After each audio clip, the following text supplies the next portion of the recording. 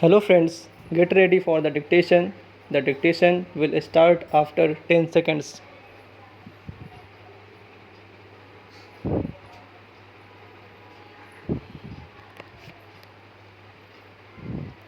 Start. We need to reform the industry. Broadly speaking, every industry and industrialist is entitled to grow to their fullest potential, but without recourse to unethical practices or evasions of due to the state. We need to also reform the mentality of the common citizen. He must realize the imperatives of hard work, quality work, and discipline. Responsible citizenry demands no less and bearing those who belong to the weaker sections of the society and hence deserve all the support of affirmative action that we can render unto them. The others should begin to respect the laws which fashion and govern a sound economy, which means they must pay for what they use, and yes, they must also get what they pay for. In short, the nation as a whole needs to reform itself in order to be able to effectively face the new challenges and seize the new opportunities of the 21st century. Let us together create a mindset revolution to harmonize the objectives of the economic liberalization and social liberation. Let us together build a strong, prosperous, and self confident India, freed from the curses of mass unemployment, illiteracy, and other manifestations of underdevelopment. And let us make India a global economic power in the 21st century. The key to translating this vision into reality is growth with employment and equity. Para change.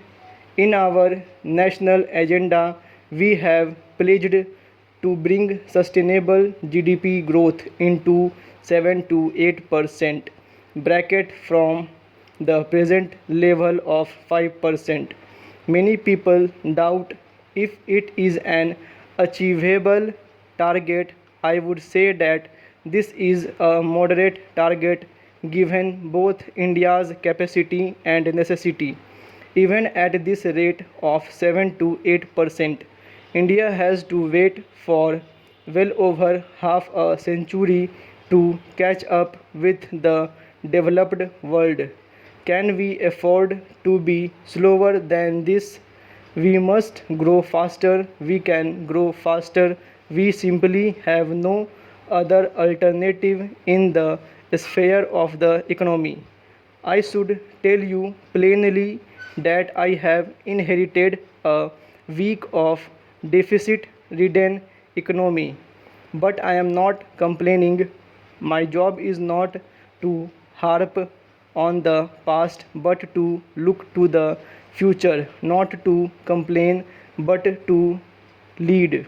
Sri Kumar has rightly talked about the need to rebuild confidence and morale of industry. He has especially highlighted the issue of bringing back decision making to the fore. I would like to utilize this occasion to tell you and the nation what my government will do in the next 3 months. All of us are legitimately concerned about the prolonged downturn in the economy. Industry, especially, is looking to the government to take necessary steps to kick start the economy. This is no doubt dictated by the objective of faster economic growth, but it is also necessitated by my own government's stated goal of creating at least 10 million new jobs each year in the economy. We shall soon announce a series of schemes to mobilize investable funds from idle resources existing in the country but unavailable to the exchequer. In consultation with trade and industry, we will take all necessary steps to reduce the currently untenable level of NPA as of banks and financial institutions.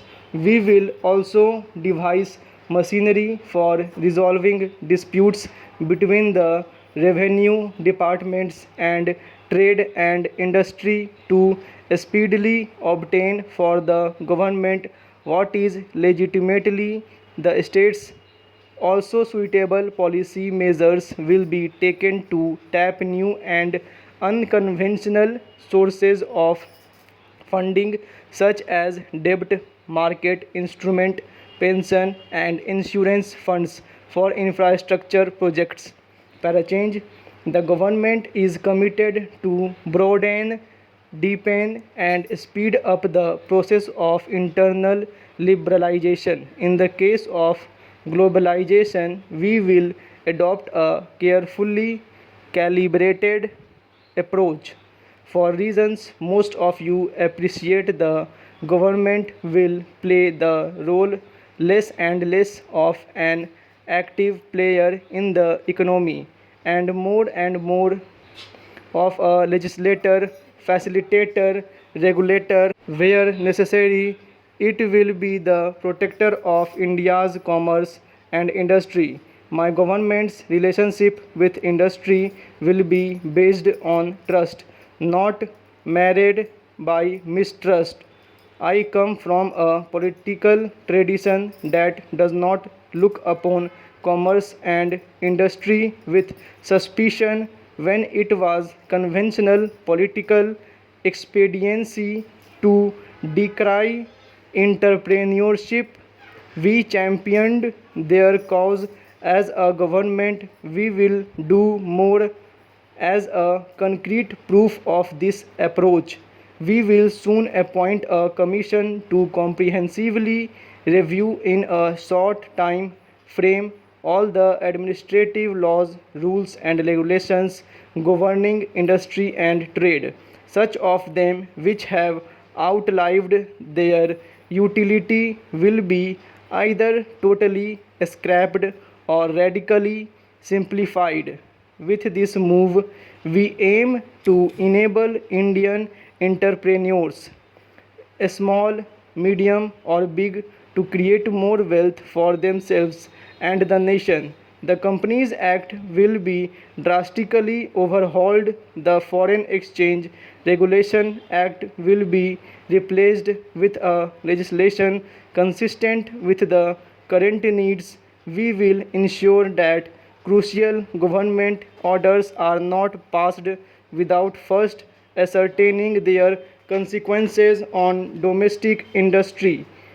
Many of the problems faced by industry are at the state and local levels as such now. Full stop.